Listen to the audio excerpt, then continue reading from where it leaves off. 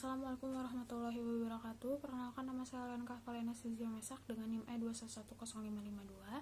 Di sini saya sebagai mahasiswa program pertukaran MBKM Universitas Juanda. Ini saya akan mereview kembali materi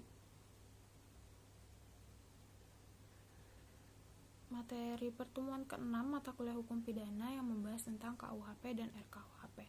RUU KUHP merupakan rancangan UU yang disusun dengan tujuan untuk mengupdate KUHP yang berasal dari Wetboek van Strafrecht for Netherlands dan menyesuaikan dengan politik hukum, keadaan, dan kehidupan bermasyarakat, berbangsa, dan bernegara.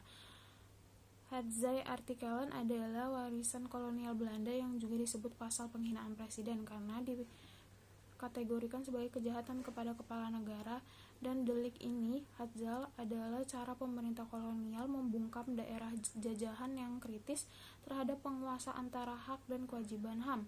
Dalam KUHP mengatur bagaimana penyerangan presiden dan wakil presiden seperti tertera dalam pasal 134, 136, serta pasal 137.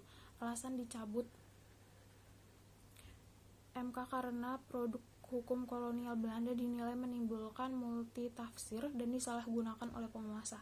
Contoh, pada zaman Presiden Soekarno misalnya, Agustus 1930 diadili di Pengadilan Bandung dengan menggunakan pasal-pasal terkait Hadzai ini. Buku ke-1 KUHP pasal 205 mengatur mulai ruang lingkup berlakunya ketentuan per-UUan pidana, tindak pidana, pertanggungjawaban pidana, pengertian istilah, serta ketentuan penutup. Ada lex serta dan lex stricta. Lex serta adalah rumusan delik pidana, itu harus jelas, sementara lex stricta adalah rumusan pidana, itu harus tegas dan hukum tertulis dimaknai rigid, tidak boleh diperluas. 17 keunggulan buku RKUHP, yaitu yang pertama ada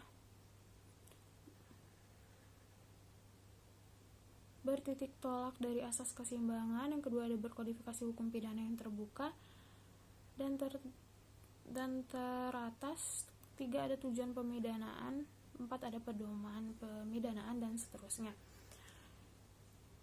Yang lalu ada isu krusial buku pertama atau ketentuan umum living law pasal 12 RKUHP. Yang pertama, tindak pidana merupakan perbuatan yang oleh peraturan